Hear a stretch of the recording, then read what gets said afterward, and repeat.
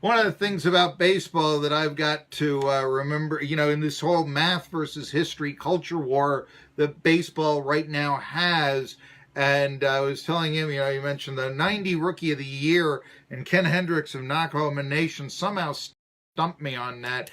I was joking with him. I thought of Braves Rookies of the Year.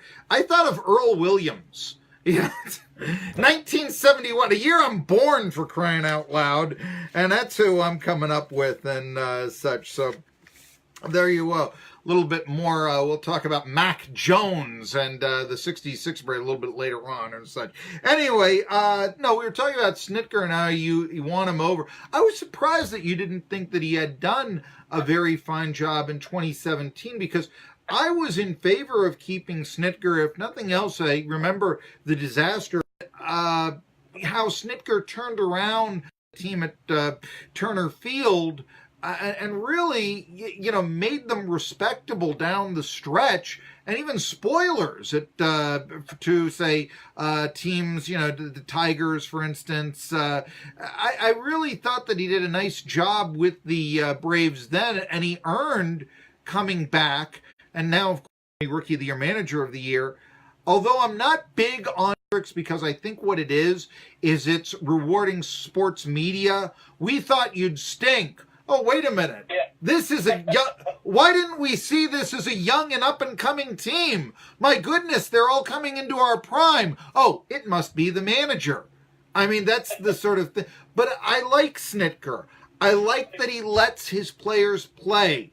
I like that even if his bullpen was a little iffy, I believe that Braves pitchers starters went 5 and a fraction innings, and it's that's coming up. It's one of the longer tenures for starting pitchers in the majors this past year. Cleveland was number 1.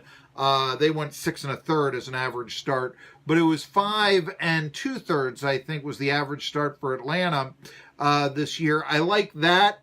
And I just, I like the way he's from the old school. I mean, he once said, yeah, Eddie, Suter's ready. We can put him in now. And I mean, no, that's how long. And I just want that guy to succeed over Gabe Kapler or one of the agent that represents so many players wants him in there because he won't yell at him, or well, this guy really is good with the slide rule and the analytics and such. I like that. Is Snitker proving in your mind that there is still a place for the veteran baseball man? Absolutely.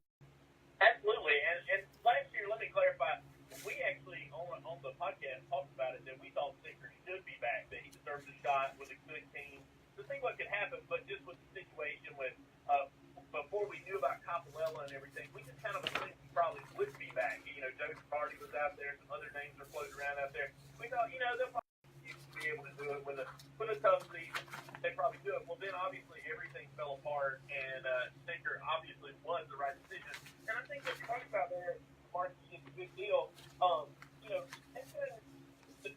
Ultimately, everybody's listening to us right now and manage a baseball team. You can probably determine when pitch count to put in a pitcher. You can probably look at a flow chart and say, this is the guy I'm bringing in off the bench in this pinch hit situation.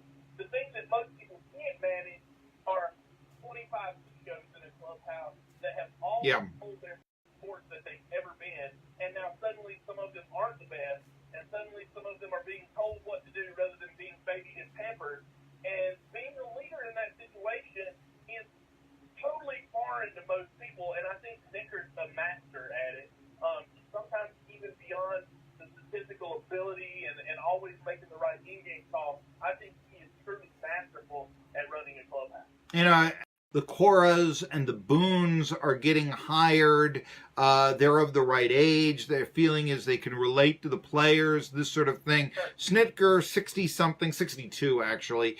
There's the feeling, well, you might have that divide or whatever. But, I remember being in the Braves on Bobby Cox about 10 years ago, and really the players loved him. I mean, they kind of thought of him as a feisty little grandpa, if you will. And maybe that's the Braves' way. What do you think, though? This I really like about Snitker, and it's probably Acuna is going to be, having more of the future long term of the Braves than Snitker, but played a little bit too much Stratomatic, I guess, as a kid. What I like, though, is that a Braves man, a guy who's been with the organization for leading the ball club. It's not like a Gabe Kapler comes in from the Dodgers to lead the Phillies. It's not like, Mickey Callaway comes from the Indians to lead the Mets, or Don Mattingly, who, you think of Don Mattingly, he's a Yankee. What's he doing managing the Marlins just because he got along well with Derek Jeter? Once upon a something to be said for that, for identity and all. There was once a Braves way back in the 90s and the earlys. I think this is an extension with Snitker of that, and that you're better off having him than you would by somebody from another organization. Again, question is, could you see, therefore, instead of this whole thing of, you're real good with your analytics or something, that we hire, people from within? If we're the Red Sox, we're going to hire a Cora. If we're going to hire a Snitker. Could you see that becoming a trend in baseball? I don't know if it'll ever be a trend, Marky. Unfortunately, I wish it were more of a trend, because I think in today's world of hyper-efficiency, where we're always trying to get the best statistical algorithms to produce the best results, plug and play, and being able to buy the best team available, being able to see, especially mid-market and small-market teams, they use more of this, where they're loyal to their teams, they're loyal to their players, they're loyal to their coaches and positions, and create brand value in their team, in their way, in the Brave way, in the Royals way, in whatever way you want to put it. And they're saying, hey, we're going to go pay players that we think will produce the best, sit in the spot that we can buy. And actually having some balance and some semblance of, this is our strategy, this is our identity, this is who we are, and carrying that forward. I think that's a big deal, and I think it's missing a lot in today's game. I'm tracking you. Your deal is because the tribe don't pull for the group you associate with. You're really not all that different from a Yankees fan if you really just want to be Yankees 2.0 or the Yankees 3.0 or the Yankees 4.0. If everybody's just following the same pattern, why do we even have different teams? Let's just all cheer for the team that's going to pay the most money for people and put the best widgets in the right spot. Yeah, that's a good point. I used to talk to now the late Doc Edwards, who was actually a guest on the show a couple of years ago. He passed away recently. He was a former big league manager and all this. And I got to know him in the minors. And I mean, he'd tell you this was how the A's did it. And, they required in their organization. The Indians might not be that way, this sort of thing. And it really was kind of intriguing now. And I think that one of the things about baseball that maybe we're losing is that, it is, even when you make a move where it's like, what are you doing that for? Somebody comes out and says, well, I have this statistic that says, and then the writers just, oh, okay, then you must be right, and without thinking, no, you don't bat the pitcher fourth. I mean, this. Like for years, it's the idea that statistics alone, other unstatistical things, or things that can't be turned into a statistic, like clubhouse leadership, veteran presence, those kinds of things, and pretending like they don't exist, so they just get the guy with the best production, you put them all on the best team, and they all win. Well, if that was true, the Yankees would have won the World Series, not the Red Sox. I mean, because the Red Sox had some high caliber pieces, but they also had some pieces that nobody thought about, like Steve Pierce, different ones that were in the game that nobody would have ever predicted that guy fit the right year. Uniquely built about it, and I think that's something to look forward to with the Atlanta Braves. Take his youth and seeing him excel, in spite of the fact that maybe he's not the best right fielder in all of baseball. Those kind of stuff. Well, what do you think the decision is going to be for the Braves on Markakis? He's among the 9 free agents the Braves have. Do you think he comes back? As much as I would love to see him in an Atlanta Braves uniform next year, which is $17.5 billion, nobody was going to pay Nick that. Obviously, look, he had a tremendous start this year. The first month and a half, he was lights out, but the rest of the season, he was a little above average as a a routine. He is an awesome veteran presence guy that is a clubhouse anchor. But at the end of the day, I think he wants to play 162 games for someone, and I think Atlanta's going to look at the contract, whether they trade for them or sign them either way coming back, unless he is okay. The only way I can see Nick Markakis in a Braves uniform is if he's okay either being a platoon player or a bench option, and I just don't see Nick being that guy. Okay. I don't think it does. I think somebody's probably going to pay Suzuki more than Atlanta wants to, or Atlanta's going to go for Gonzalez out there, Wilson Ramos, or maybe they go for even somebody like Robinson Chirinos. I think they're not going to pay Kurt probably what he's worth. Now, I'm not saying it's out of the realm of possibility for second or third right now. Well, does that mean that the Braves might actually make a deal to get JT Realmuto from the Marlins? I think it's possible, but the Marlins currently are completely insane. No kidding. Yeah. They're asking prices that are absolutely ridiculous for Realmuto. Now, what he has said, he's basically, I mean, this is an unwritten code, but Realmuto's agent basically said he's not going to be a Marlin starting next year. So that he's not wanting to play. The prospect capital and cost right now is insane on what they're asking for him. I mean, you're only getting 2 years of the guy, 2.5 years of the guy. He's relatively young and he's a producer, but this last year he was a platoon option. If you look, he only hit I believe it was something like 2 from the other. So, I mean, really, he's super productive for one side of the plate and below average on the other. So, look, he is a top-notch catcher. He can produce like crazy from the side that he can, but I don't know if you really want to give up the prospect capital that it's going to cost to make him an Atlanta Brave. That's true. What do you? He's average. He's a little above average. He's certainly not top tier. He's not one of the best in the league or anything like that, but he's pretty good at calling the game. It's also a little hard to know for certain because he's had below-average pitchers in Florida, and it certainly hurts your pitch framing ability if you're not getting good pitchers throwing you the ball. By the way, though, you want to talk about the differences in organizations, and I mean, I understand. By the way, you are a loser. It didn't necessarily. Well, what's the St. Louis Browns way? You know, this sort of thing. But I get it. Okay, but I think look at how the Braves, and my goodness, the Braves are 5 years off a playoff berth. I mean, it's not the 1990s anymore. You know, come on. Heck, if we really want to series 3 times. But, you know, the fact of the matter is they do seem to have, okay, you are a Brave, be it Brian Snitker, be it we're going to bring back Henry Aaron for this, you know, series, that sort of thing. Whatever it is, you know, if we're going to have Dale Murphy hand the lineup card, the first pitch or whatever it's going to be, you know, there seems to be, you are a break. Consider then Derek Jeter just getting rid of the Conines, the McKeons, you know, now all the people that you would recognize. My goodness, I mean, they've won a World Series twice. They've only been around since since 1993. You know, I mean, I like having some sort of identity. I don't like this as, well, we're just trading baseball cards here. And I think that is really hurting baseball right now, is that with the very few exceptions, you know, you are not relating player to team anymore. So the Braves way, I think it's, look at the standings. I think it speaks for itself. If you want to comment a little bit more, I know I'm not asking a question, but I know you got something to say. Yeah, I mean, at this point, Marky, we're all just cheering for laundry. It feels like there's no I hate that. Players. We're just cheering for laundry on the field, and at some point, I didn't understand why they traded Yelich. I didn't understand why they traded Ozuna. Sure, you want to rebuild, but those were low cost control, long-term pieces. I didn't get it. Like, I understood trading Stanton because they needed the money moved and they could get some return. But I didn't understand the other pieces for where they were at. They were not a terrible baseball team.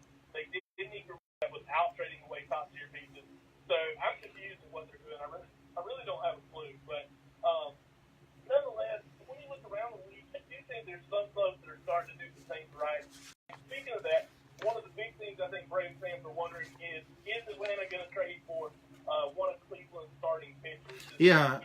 Kluber or Carrasco or any of those guys. And I think there's probably over 50% chance Atlanta does make a move for one of those guys. I it's intriguing. The Indians, for some reason, they want to strip down. I guess they feel that their window of opportunity is ended, and yeah, they seem to want to rebuild. And I was even this upcoming season, and I was just thinking about the difference in circumstances from the last time they hosted the All-Star Game was 1997.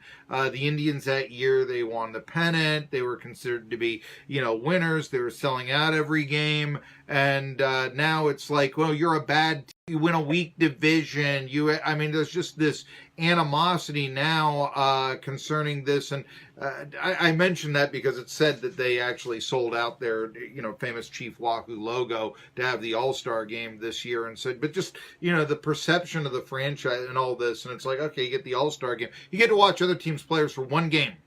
If you're, that sort of thing. And you just disturbing in my. They're gonna name the Cy Young Award winners tonight. You got any thoughts? Yeah, I think it's gonna be a close race for a few teams, but for me, the National League's got to go to DeGrom. I know there's some other names out there. And Scherzer was good. There's different ones, but for me, Jacob DeGrom is just so good throughout the whole year. He got no run support, but that's who I've got for Cy Young from the National League.